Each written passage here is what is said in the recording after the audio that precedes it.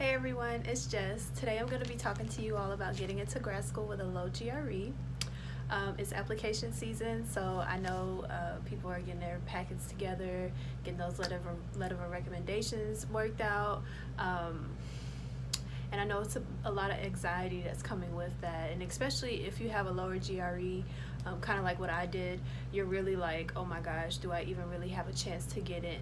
So that's what I'm going to help you guys with today, is some tips and tricks in order to get your GRE not necessarily like pushed to the side, like if it's not so good, but just overlooked because your application is just so doggone good. Okay, just a background about myself. My GRE did not reach the 300s. My GRE was less than 300. And if you're familiar with the GRE, you know that's low, right? Actually, my quant score was in the 17th percentile, and I got into a Ph.D. program. So if I can get in, I think you all can get in, and it's gonna be great. Okay, so I'm just gonna jump right into this. The first thing that you need to do as a potential graduate student or whatever is you need to narrow your research focus.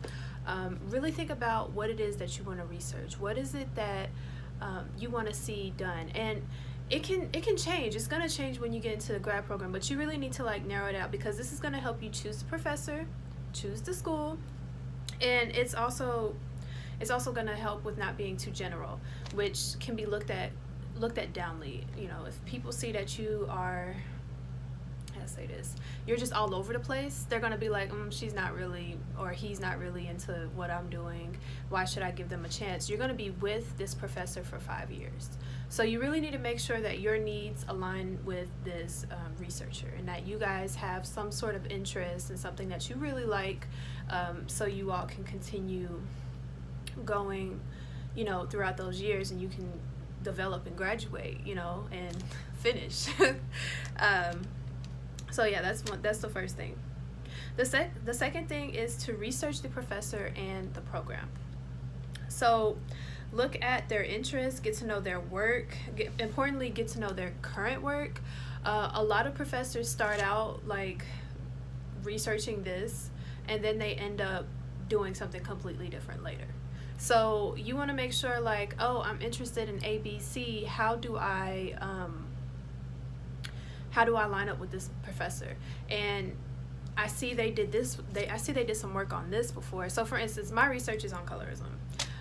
My professor researched colorism, and he also researched feedback and all that, but he doesn't deal with feedback anymore. He dealt with feedback in the beginning of his career, and now he's 24 years in, and he's like, I don't really mess with feedback anymore. So you just kind of want to make sure that that's where you are with that professor, because they change over time, and they'll have their old work there, but it won't be as relevant anymore because they're not really doing it. And then you sign up for something and you either didn't get in or you got in and you're like, I don't even want to do this, what you're doing, I don't care. Okay.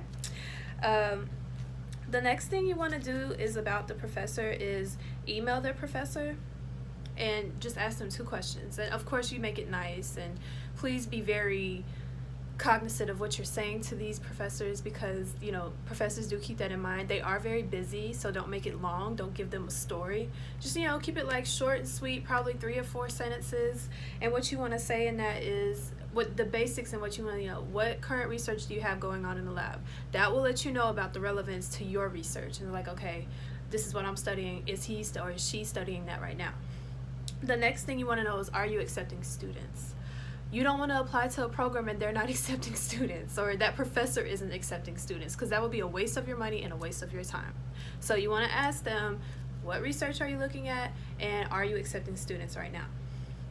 And also, you want to attach your CV with this email so they can get a gist of who you are. So when you send this first email, hey, my name is so-and-so, I'm interested in XYZ, can I ask, what current research do you have going on, and then blah, blah, blah. And then you have your CV attached, you put that at the end, I have my CV attached, you want to have any questions, please let me know. This will help you out. They will get a glance at you. Every professor that I sent this to, they ended up responding to me. Now, some of them was very short, some of them was pretty long, pretty thorough, answers to that. But just keep that in the back of your mind. they're looking at this and you are making an impression, so be cognizant of that again. And also keep in your mind, these professors are busy. I mean, these professors are busy, especially the professors that I'm working with.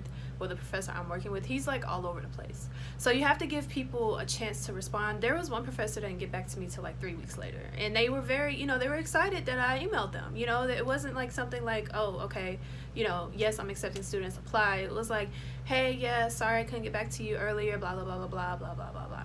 And he was very open about, giving me some research experience and ideas and what he's doing and such. So kind of keep that, back in your mind, and they'll respond when they can. And the reason why you want to email these professors in the first place is it's a good way to see if you're a good fit. That's kind of like your first interaction with them. And if they're really rude to you, do you really want to work with them for 5 years? I wouldn't. Like, if you're being rude to me, I don't know if I'm interested in working with you, because that's gonna be a headache. Okay. The next thing is you're gonna get a feel for the program. Some people include their program and what they require and how their program does things, and that's sort of like lets you know, like, okay, do I like a competitive environment? Do I like a laid back environment? That's kind of where you see, okay, do I really align with this program? And the next thing is you get to save money. If they're not accepting students, okay, I keep my coin. I don't got to do anything. I'm not applying if you're not accepted. And another thing that was really interesting that happened for me was that it was a good chance to network. I met 2 professors. I didn't get accepted into these schools, but I met 2 of them, and they were very, very nice to me. And one lady, I sent her my CV. She was very interested, and it was, it was just one of those things, like a politics type of thing, but she really gave me really good advice.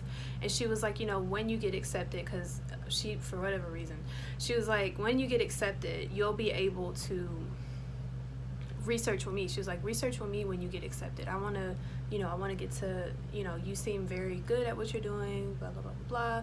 I also met another professor. He was very nice to me. I actually met him at a conference, but he had been wanting to reach out to me ever since I had reached out to him last time. And he was like, giving me like advice on how to maneuver through the field and asking me, where am I going and all this other type of stuff. And it's just like that professional relationship develops. So even though it might not get anywhere, and that's okay, it might not get anywhere, not everything leads to something, but there will be some sort of relationship developing, some sort of professional networking you can get out of it, especially if you come across as professional and you got it all together. So that's sort of one of the things that they're looking for. And then again, like, I didn't really elaborate on this too much, but when I said earlier about narrowing your research focus, that plays into all the tips I'm giving you. Because even when you research the professor or research the program, if you know what it is you want to study, you're going to zone out anybody else who's not on that tip with you. So that's a really good reason why you want to do that. The next thing you want to do is beef up your statement of purpose.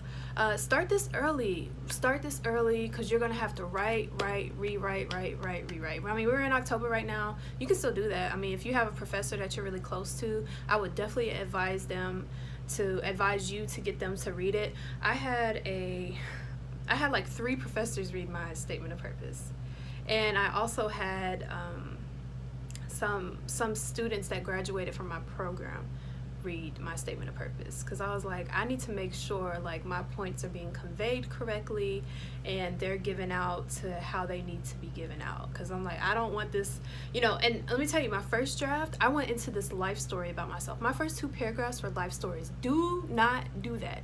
They don't need to know your life as a child and how you grow through life. No, you keep it very simple. This is who I am. This is the school I'm applying to.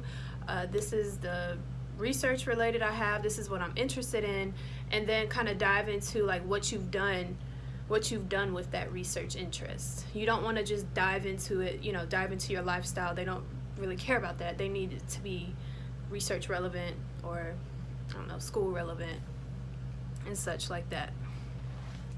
The next thing, and this is a good place to communicate your extracurricular activities or whatever it is you did on the side outside of the research in order to like get in the field. If you've done applied work, if you've done I don't know, some volunteer work, this is a good time, because what this is going to show too is that you have time management, especially if you have a good GPA. If you were able to keep your GPA high, and you were able to engage in all these different roles, then they're gonna be like, okay, she has some sort of time management. Now, I'm not gonna say they care about that too much, but that's what that communicates, and you need that in grad school. Trust me, you need that in grad school. I'm just gonna talk to you guys about my situation, because this is my last tip. In my situation, I graduated as an undergrad, and I had no research experience. I had a good GPA, but I had no research experience. And you already knew my GRE was trash. You know, I told you, quant score was 17th percentile. It was terrible. So I ended up considering a master's degree, and I got into a master's degree, or a master's program, and it was a really great program. And really what it did was it allowed me to narrow my focus and figure out, okay, what exactly is it that I want to research? It allowed me to get research experience, and then it gave me a glimpse into what I'll be doing as a PhD student, and to what all this stuff kind of requires. Because luckily I got very lucky and got in a program that is applied and thesis. It was both. It was what do you call that, balanced.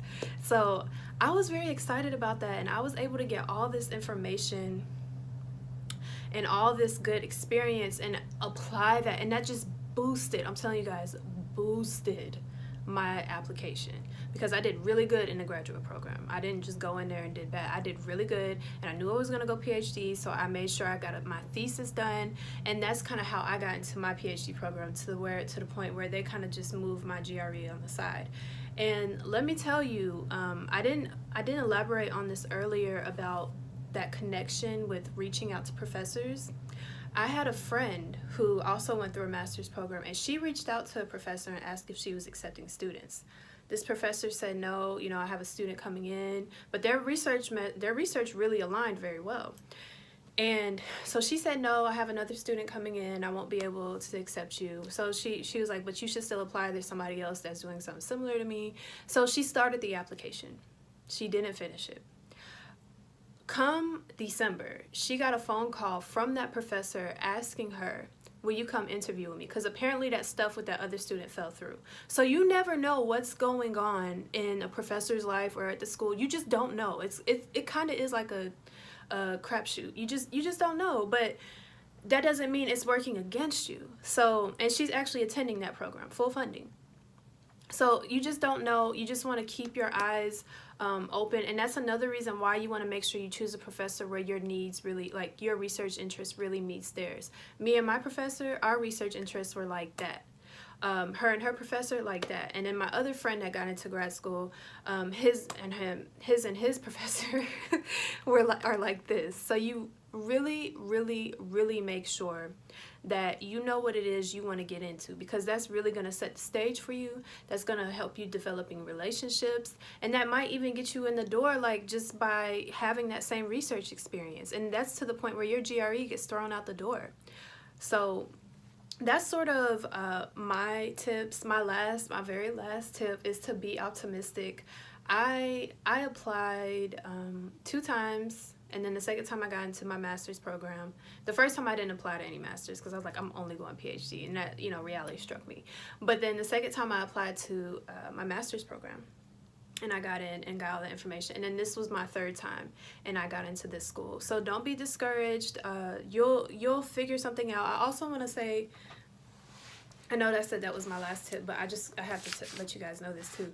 When you're looking at the program, make sure you're looking at the types of GRE students they're accepting, or the types of students they're accepting. If they're accepting students from Harvard and you got your degree from, I don't know, some little Midwest institution, it's not really much. I mean, be practical. Like, go for the schools where you know you can reach. That's not to say, like, don't shoot for the stars. Definitely shoot for the stars. Like, but if you notice that they're only taking people in the 90th percentile and they don't budge on that because that's just the culture of their program, you might not want to go or even waste your time with that program. So that's, just be practical is kind of my last thing. I know I said my last thing was my last thing, but I promise this is my last thing. Let me know if you guys need any help, if you have any questions, if you have any comments. You can email me, you can write me on YouTube. I will help you out, because I know this is a very stressful time, and I was in your position last year, just anxious and just just feeling like I'm not gonna get in because of my score. Like, this is really not gonna happen for me, and I did get in, and it was because of these other things that I put into effect. And if you guys want to know more about my story, feel free to let me know. I'll let you guys know. But yeah, so good luck to you all. Blessings your way, and you will get into that school.